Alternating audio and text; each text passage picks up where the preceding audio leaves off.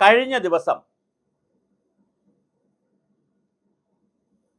തദ്ദേശ സ്വയംഭരണ വകുപ്പ് മന്ത്രി ശ്രീ KM ഷാജി ഒരു പ്രസ്താവന നടത്തിയ ഒരു യോഗത്തിൽ അതിനെതിരെ കിഫ എന്ന് പറയുന്ന Kerala independent farmers association, Kerala സ്വതന്ത്ര കർഷക സംഘടന നിശ്ചിതമായ രൂക്ഷമായ ഭാഷയിൽ പ്രതികരിക്കുകയും ചെയ്തു. മൃഗങ്ങളല്ലടോ വോട്ട് തന്നത്, മനുഷ്യരാണ് എന്നൊക്കെ പറഞ്ഞ് വളരെ അതിരൂക്ഷമായ ഭാഷയിൽ പ്രതികരിച്ചു. അശ്ലീലമൊഴിച്ചുള്ള രൂക്ഷമായ ഭാഷയിൽ പ്രതികരിക്കുവാൻ കിഫയ്ക്കുൾപ്പെടെയുള്ള എല്ലാവർക്കും ഭരണഘടനാ സ്വാതന്ത്ര്യം നൽകുന്നുണ്ട്. അതിനെ ചോദ്യം ചെയ്യുന്നില്ല. മന്ത്രി എന്നുള്ള നിലയിൽ മന്ത്രിക്ക് മന്ത്രിയുടെ അഭിപ്രായം പറയാനുള്ള സ്വാതന്ത്ര്യമുണ്ട്. അതിനെയും ചോദ്യം ചെയ്യാനാകില്ല. ഇവിടെ വിഷയം വഴിമാറിപ്പോകരുത്. മന്ത്രിയായാലും കിഫക്കാരായാലും കേരളത്തിലെ പരിസ്ഥിതി സംഘടനകളായാലും ആക്ടിവിസ്റ്റുകളായാലും വളരെ വൈകാരികമായി വിഷയങ്ങളെ കാണുന്നവരായാലും ഒരു കാര്യം വളരെ വ്യക്തമായി ചിന്തിക്കണം. ഒരു പ്രദേശത്തിൻ്റെ 33% എന്ന് പറഞ്ഞാൽ 1/3 പ്രദേശം വനം ആയിരിക്കുന്ന ഒരു ആവാസ വ്യവസ്ഥയാണ് വന്യജീവികൾക്കുൾപ്പെടെയുള്ള ജീവജാലങ്ങൾക്കുമെല്ലാം അധിവസിച്ചുകൊണ്ടുള്ള ഒരു സമതുലിതമായ ബാലൻസ് ചെയ്യുന്ന ആവാസ വ്യവസ്ഥ എന്നാണ് ശാസ്ത്രീയമായ കണക്കുകൾ പറയുന്നത്. പശ്ചിമഘട്ട മലനിരകൾ തീർച്ചയായും മലനിരകളാണ്, വന്യജീവികൾക്ക് ആവാസ കേന്ദ്രവുമാണ്. അപ്പോൾ അങ്ങനെ ഗുജറാത്തിലെ ധുളയിൽ നിന്ന് ആരംഭിച്ച് തമിഴ്നാട്ടിൽ അവസാനിക്കുന്ന 16,000-ഓളം കിലോമീറ്റർ വരുന്ന പശ്ചിമഘട്ട മലനിര, പശ്ചിമഘട്ടം എന്ന് പറയുന്നത് ഇന്ത്യയുടെ പശ്ചിമഘട്ടമാണ്, വെസ്റ്റ്. കേരളത്തിലാണെങ്കിൽ കിഴക്കാണ് കിടക്കുന്നത്, തമിഴ്നാട്ടിലാണെങ്കിൽ വെസ്റ്റാണ്. അങ്ങനെ ഓരോ സ്റ്റേറ്റിൻ്റെയും രീതി അനുസരിച്ച്, കാരണം നമ്മൾ അതിൻ്റെ ഇപ്പുറത്ത് കിടക്കുന്നവരാണ്. അപ്പോൾ പശ്ചിമഘട്ട പ്രദേശത്ത് സഹ്യാദ്രിയിൽ കോടിക്കണക്കിന് ജീവജാലങ്ങളുടെ വൈവിധ്യമുണ്ടെന്നും അതുകൊണ്ടതൊരു ഇൻ്റർനാഷണൽ ഗ്ലോബൽ എക്കോ ഫ്രണ്ട്ലിയായി എക്കോ സെൻസിറ്റീവായി സൂക്ഷിക്കേണ്ട പ്രദേശമാണെന്നും അതൊരു പൈതൃക മലനിരകളാണെന്നൊക്കെ പറഞ്ഞ് ഐക്യരാഷ്ട്രസഭയുടെ ഉൾപ്പെടെ ഇടപെടലുകളുണ്ട്. അന്താരാഷ്ട്ര ടൈഗർ റിസർവ് നിയമങ്ങളുണ്ട്, എലഫൻറ്റിൻ്റെ സംരക്ഷിക്കേണ്ട നിയമങ്ങളുണ്ട്. ചെറിയ തുമ്പികൾ മുതൽ ആനകൾ വരെയുള്ള വലിയ ഒരു വിഭാഗം ജീവജാലങ്ങളുടെ ആവാസ കേന്ദ്രം കൂടിയാണ് വനം. അങ്ങനെയുള്ള വനത്തെ 1800-കൾ മുതൽ പല രൂപത്തിൽ നമ്മൾ അവിടെ പോയി താമസിച്ചിട്ടുണ്ട്. ഞാൻ കയ്യേറി എന്ന പദം ഉപയോഗിക്കുന്നില്ല, പോയി താമസിച്ചിട്ടുണ്ട്. രാജാവിൻ്റെ കാലത്ത്, രാജ്ഞിയുടെ കാലത്ത് കപ്പ ഇല്ല, അന്ന് മലേഷ്യയിൽ നിന്ന് കപ്പ കൊണ്ടുവന്നിട്ടില്ല, പിന്നെയാണ് കപ്പ വരുന്നത്, മരിച്ചിനി വരുന്നത്. അതുപോലുമില്ലാതെ പുല്ല് മാത്രം തിന്ന് ജീവിക്കേണ്ടി വരുന്ന,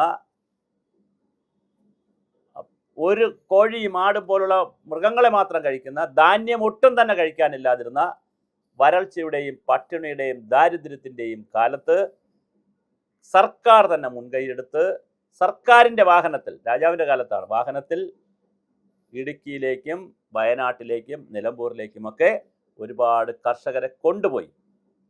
അങ്ങനെ മലയോട് മല്ലിട്ട് തന്നെയാണ്, വന്യമൃഗങ്ങളോട് മല്ലിട്ട് തന്നെയാണ് അവിടെ ജനങ്ങൾ താമസിച്ചതും പോകുന്നവരിൽ വലിയൊരു വിഭാഗത്തെ മരണത്തിനിടയാവുകയോ അസുഖങ്ങൾ വരികയോ ചെയ്തു. കാരണം അവർ വലിയ കൊടും തണുപ്പിലാണ്. അങ്ങനെയൊക്കെ തന്നെയാണ് മരണത്തെ വെല്ലുവിളിച്ചുകൊണ്ട്, തണുപ്പിനെ വെല്ലുവിളിച്ചുകൊണ്ട്, വന്യമൃഗങ്ങളെ വെല്ലുവിളിച്ചുകൊണ്ടൊക്കെ തന്നെയാണ് ഒരുപാട് കർഷകർ കാട്ടിൻ്റെ അടുത്തൊക്കെ പോയി താമസിക്കാനും കുറേ സ്ഥലമൊക്കെ കൃഷിക്ക് അനുയോജ്യമാക്കി എടുത്തതും. അത് ശരിയുമായിരുന്നു അന്ന്. എന്നാൽ അതിൻ്റെ പേരിൽ നല്ല ടൂറിസക്കാർ, ബിനാമി ടൂറിസക്കാർ, ടൂറിസം മാഫിയകൾ, ഒരുപാട് ആളുകൾ മല കയറാൻ തീരുമാനിച്ചിടത്തുനിന്ന് കേരളത്തിൻ്റെ താളം തെറ്റുന്നു. ഇത് കിഫ വളരെ ഗൗരവമായി ചർച്ച ചെയ്യേണ്ട വിഷയമാണ്. ഇന്ന് പശ്ചിമഘട്ട മലനിരകളെ നശിപ്പിക്കുന്നത് പ്രധാനമായി ആരാണ്? ടൂറിസം എന്നൊരു ഒറ്റവാക്കി പറഞ്ഞാൽ ഞാൻ ടൂറിസം വിരുദ്ധനാന്ന് പറയും. അങ്ങനല്ല ഇത് ചർച്ച ചെയ്യേണ്ടത്. ആരാണ് ഈ മലനിരകളെ ഇങ്ങനെയാക്കിയത്? കോടാനുകോടി രൂപയുടെ കോറികൾ ശാസ്ത്രീയമായും അശാസ്ത്രീയമായും ഈ മലനിരകളിൽ എങ്ങനെ വന്നു? ഈ മലനിരകളുടെ താഴ്വര പ്രദേശങ്ങളിലെ വളരെ സുന്ദരമായിരുന്ന കാടുകളെ വെട്ടിമാറ്റി മാഞ്ചിയവും തേക്കുമൊക്കെ വച്ചത് ആരാണ്? ബ്രിട്ടീഷുകാരാണ്. നിലമ്പൂർ കാടുകളിൽ തേക്കൻ തടി ലോകത്തിന് ആവശ്യമുള്ള റെയിൽവേക്കും അതുപോലെ ഫർണിച്ചറിനും ലോകത്തിൽ ഒരുപാട് സ്ഥലത്തേക്ക് തേക്കൻ തടി കൊണ്ടുപോകാൻ പറ്റും എന്ന് മനസ്സിലാക്കി, തേക്കിൻ്റെ ഗുണം മനസ്സിലാക്കി നിലമ്പൂർ കാടുകൾ, കേരളത്തിൽ ആദ്യമായി നിലമ്പൂർ കാടുകളാണ് വ്യാപകമായി ക്ലിയർ ഫെല്ലിംഗ് നടക്കുന്നത്. അങ്ങനെ നിലമ്പൂർ കാടുകളിൽ വ്യാപകമായി, ഞാൻ ആ കാടുകൾ പോയി കണ്ടിട്ടുണ്ട്, സർവേ ചെയ്തിട്ടുണ്ട്. ആ കാടുകളിൽ ആദ്യമായി അവർ എന്ത് വയ്ക്കുന്നു? പിന്നെ സ്വാഭാവിക വനത്തെ മാറ്റി തേക്കൻ കാടുകളാക്കി മാറ്റുന്നു. അന്ന് മുതൽ തുടങ്ങിയതാണ് നമ്മൾ കാടിനെ കൈവയ്ക്കുന്നത്. വനവൽക്കരണത്തിന് വേൾഡ് ബാങ്ക് തന്ന പൈസ പ്രോജക്റ്റ് നമ്മൾ മാഞ്ചിയം വെച്ച് കളിച്ചു. സ്വാഭാവിക മരങ്ങളോ സ്വാഭാവിക സസ്യങ്ങളോ സ്വാഭാവിക വൃക്ഷങ്ങളോ വയ്ക്കാതെ മാഞ്ചിയവും വെച്ച് കളിച്ചു. കുറേ തേക്കം മാഞ്ചിയം, പിന്നെ അവസാനം യൂക്കാലി വെച്ച് കളിച്ചു, മാഞ്ചിയം വെച്ച് കളിച്ചു. പിന്നെ ഇങ്ങനെ പ്രകൃതിക്ക് ഗുണകരമായതും പ്രകൃതിക്ക് ഗുണകരമല്ലാത്തതുമായ പല മരങ്ങളും വച്ച് പിടിപ്പിച്ചു നമ്മൾ. അങ്ങനെ വച്ച് പിടിപ്പിച്ച് അക്കേഷ്യ മറ്റൊരു വില്ലനാണ്. അക്കേഷ്യ വെച്ചു, ഞാൻ വിട്ടുപോയൊരു വാക്കാണ് അക്കേഷ്യ. മണ്ണിനും വെള്ളത്തിനും വായുവിനും വലിയ ഗുരുതരമായ പ്രതിസന്ധി സൃഷ്ടിക്കുന്ന അക്കേഷ്യ വെച്ച് പിടിപ്പിച്ചു. അപ്പോൾ അക്കേഷ്യ, മാഞ്ചിയം, തേക്ക് തുടങ്ങിയവ വെച്ചു. അപ്പോൾ ചോദിക്കും, കല്ലായിലെ കൂപ്പും തടി, നമ്മൾ കല്ലായിപ്പുഴയുടെ, കോഴിക്കോട് കല്ലായിപ്പുഴയുടെ കൂപ്പും തടിയുടെ പ്രദേശത്തൊക്കെ നിലമ്പൂർ കാടുകളിൽ ഉൾപ്പെടെയുള്ള തടി ആളുകൾ മുറിച്ചില്ലേ? അവരും ബ്രിട്ടീഷുകാരേക്കാൾ മുമ്പിലെ കൂപ്പ് തടി വ്യവസായം ഇവിടെ ഇല്ലേ? അത് പക്ഷേ എത്ര? അന്ന് വീടുകൾ വയ്ക്കുന്നത് തന്നെ വളരെ കുറവാണ്. വളരെ കുറച്ച് വീടുകളാണ് വയ്ക്കുന്നത്, കെട്ടിടങ്ങളാണ്. അന്ന് മുറിച്ചാലും മാനുവലായി ആളുകൾ പോയി മുറിച്ചാൽ എത്ര മുറിക്കും? ആനയെ കൊണ്ടൊക്കെ പോയി തടി പിടിപ്പിച്ച് കൊണ്ടുവന്നാൽ എത്ര കൊണ്ടുവരും? വളരെ വിശാലമായി കിടക്കുന്ന കേരളത്തിൻ്റെ കാടുകളിൽ നിന്ന് എത്ര എടുക്കാൻ പറ്റും? ഊറും പരിമണി എടുക്കുന്ന ഒരു കഥയേ ഉള്ളൂ അത്. പക്ഷെ ബ്രിട്ടീഷുകാരുടെ ഈ കാലം മുതൽ തുടങ്ങി മൂന്നാർ എസ്റ്റേറ്റുകളുടെ കാലത്തും വയനാട് എസ്റ്റേറ്റുകളെയും കോഫി എസ്റ്റേറ്റുകളും ടീ എസ്റ്റേറ്റുകളും ഒക്കെ മാറ്റിയിടത്തുനിന്ന് തുടങ്ങി, പിന്നെ റബ്ബറിൻ്റെ അധിനിവേശത്തിൽ തുടങ്ങി, അങ്ങനെ ഓരോ വിഷയങ്ങളെടുത്താൽ സ്വാഭാവിക വനത്തിൽ ഒരുപാട് മാറ്റമുണ്ടായി. ഇത് കിഫ ഉൾപ്പെടെയുള്ള ആളുകൾ ചർച്ച ചെയ്യണം. രണ്ടാമത് സംഭവിച്ചൊരു കാര്യം, കാടെന്ന ആവാസ വ്യവസ്ഥയ്ക്ക് ആഗോളതാപനത്തിൻ്റെയും കാലാവസ്ഥാ മാറ്റത്തിൻ്റെയും ഫലമായി വലിയ മാറ്റമുണ്ടായി. കാട്ടിനകത്തെ ഫലവൃക്ഷങ്ങൾ പലതും ഇപ്പോൾ ഇല്ല. കാട്ടരുവികളിൽ വെള്ളം കൃത്യമായ ഇടവേളകളിലില്ല. സ്വാഭാവികമായി മൃഗങ്ങൾ എന്തു ചെയ്യണം? മനുഷ്യർക്ക് ബുദ്ധിയും തിരിച്ചറിവും ബോധവുമുണ്ട്, അത് കാടാണ്, അങ്ങോട്ട് പോകരുതെന്ന്. മൃഗങ്ങൾക്ക് ആ ബോധമില്ല. അവർ ഒരധിനിവേശത്തിന് നാട്ടിലേക്ക് വരാറില്ല. ഒരിഞ്ച് ഭൂമി പോലും പിടിച്ചെടുക്കാനോ വെട്ടിപ്പിടിക്കാനോ അതിർത്തി വരയ്ക്കാനോ ഒരു മൃഗവും നാട്ടിലേക്ക് വരാറില്ല. കാട്ടുപന്നി നാട്ടിലേക്ക് വരുന്നുണ്ടെങ്കിൽ, ആനകൾ നാട്ടിലേക്ക് വരുന്നുണ്ടെങ്കിൽ വെള്ളത്തിന് വരുന്നതാണ്, ഭക്ഷണത്തിന് വരുന്നതാണ്. അവർക്ക് വെള്ളം വേണ്ടേ? ഭക്ഷണം വേണ്ടേ? അതേ മുഴുവൻ ആനകളെയും വെടിവെച്ച് കൊന്നുകളയണോ? മുഴുവൻ പന്നികളെയും വെടിവെച്ച് കൊന്നുകളയണോ? എന്താണ് നമ്മൾ പഠിക്കുന്ന ഭക്ഷ്യശൃംഖല? ഏതെങ്കിലും ഒരു ജീവി ഇല്ലാതായാൽ, സമ്പൂർണ്ണമായി ഇല്ലാതായാൽ എത്ര ജീവികളാണ് പിന്നെ പെരുകുന്നത്? അങ്ങനെ പെരുകിയാൽ ഈ ഭൂമിക്ക് നിലനിൽക്കാൻ പറ്റുമോ? ഇതിൻ്റെ ബാലൻസ് ആവശ്യമില്ലേ? അപ്പം നമ്മുടെ കാടിൽ എത്ര കണ്ട് നമുക്ക് കാടിനെ സംരക്ഷിക്കാൻ പറ്റും എന്നുകൂടിയല്ലേ കർഷകർ ചിന്തിക്കുന്നത്? അങ്ങനെ തന്നെയാണ് അവർ ചിന്തിക്കുന്നത്. എന്നാൽ കർഷകരുടെ പേരുള്ള സംഘടനകൾ അതിവൈകാരികമായി വർത്തമാനം പറഞ്ഞ് ശരിയാവും. നമ്മൾ കാട്ടിലോട്ട് കയറുന്നത് കൂടി കൊണ്ടല്ലേ, ആനത്താരകൾ നമ്മൾ കൈകാര്യം ചെയ്യുന്നത് കൊണ്ടല്ലേ, കടുവകളുടെയും പുലികളുടെയും ഒക്കെ കൃത്യമായിട്ടുള്ള വനത്തിൽ നിന്ന് പുറത്തു വരാനുള്ള റൂട്ട് ക്ലിയർ ആയതുകൊണ്ടല്ലേ അത് ചാടി പുറത്ത് വരുന്നത്. നമ്മുടെ ബഫർ സോണുകളെല്ലാം നമ്മൾ തീയിട്ടും കൃഷി ചെയ്തും വെട്ടിപ്പിടിച്ചും നശിപ്പിച്ചിട്ടില്ലേ, അല്ലെങ്കിൽ നശിപ്പിച്ചുകൊണ്ടിരിക്കുന്നില്ലേ എന്നത് കേരള സമൂഹം ഗൗരവമായി ചർച്ച ചെയ്യണം.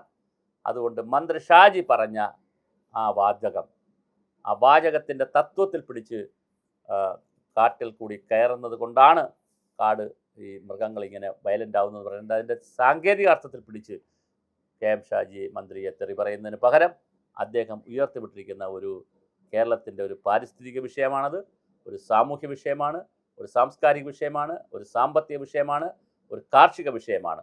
ആ വിഷയത്തിൻ്റെ മെരിറ്റിൽ ചർച്ച ചെയ്യാൻ നമുക്കെങ്ങനെ കാടും വേണം, വന്യജീവികൾ കാട്ടിൽ ജീവിക്കുകയും വേണം, മനുഷ്യർക്ക് സമാധാനമായി നാട്ടിൽ ജീവിക്കുകയും വേണം. ഇതിനുള്ള ഒരു വന്യജീവി മനുഷ്യ സൗഹൃദമായ ഒരു കോലാറ്ററലെന്നോ അല്ലെങ്കിൽ കോർപ്പറേഷനെന്നോ അല്ലെങ്കിൽ കളക്റ്റീവെന്നോ എന്ത് പേരിട്ട് വിളിക്കുന്ന ഒരു ജീവിതശൈലി എങ്ങനെ മലയാളി രൂപപ്പെടുത്തിയെടുക്കും? ലോകത്തെല്ലായിടത്തും കാടുള്ള സ്ഥലങ്ങളുണ്ട്, അവിടെയെല്ലാം മനുഷ്യർ മര്യാദയ്ക്ക് താമസിക്കുന്നുമുണ്ട്. നമ്മൾ ലോകത്തിലേറ്റവും, ഒരു വാക്ക് ഞാൻ പറഞ്ഞ് അവസാനിപ്പിക്കാം, ലോകത്തിലേറ്റവും കൂടുതൽ ജനങ്ങൾ സന്തുഷ്ടരായി കഴിയുന്നത് ഫിൻലാൻഡിലാണ്. ഹാപ്പിനെസ് ഇൻഡെക്സിൽ ഫിൻലാൻഡാണ്.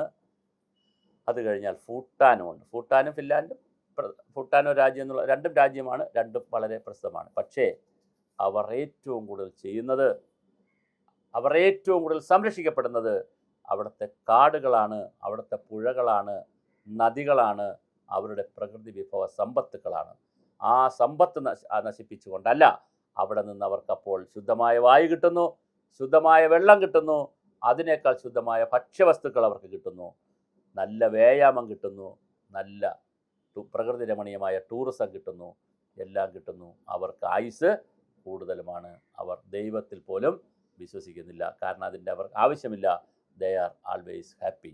അതുകൊണ്ട് നമുക്ക് ഈ പ്രകൃതി വിഭവങ്ങളെ സംരക്ഷിക്കുന്നതിൽ, ഈ കാടിനെ സംരക്ഷിക്കുന്നതിൽ, പുഴയെ സംരക്ഷിക്കുന്നതിൽ, ഈ നാട് സംരക്ഷിക്കുന്നതിൽ കിഫ ഉൾപ്പെടെയുള്ള എല്ലാ ഏജൻസികളുടെയും പദ്ധതി എന്താണ്? അത് കേവലം വൈകാരികമായ പ്രകടനങ്ങൾക്ക് അപ്പുറം തീർച്ചയായും മനുഷ്യർ മരിച്ചാൽ നമുക്ക് വേദനയുണ്ട്.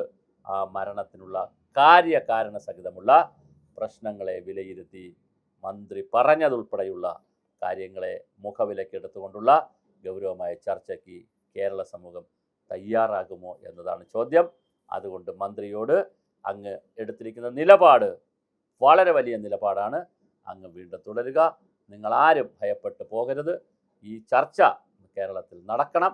അത് ഈ കിഫ ഉൾപ്പെടെയുള്ള കർഷകർക്ക്, അവർ ഏതെങ്കിലും കർഷകരെ പ്രതിനിധാനം ചെയ്യുന്നുണ്ടെങ്കിൽ ആ കർഷകർക്ക് ഉൾപ്പെടെ ആവശ്യമുള്ള ഒരു അവരുടെ അതിജീവനത്തിൻ്റെ കൂടി വിഷയമാണ്.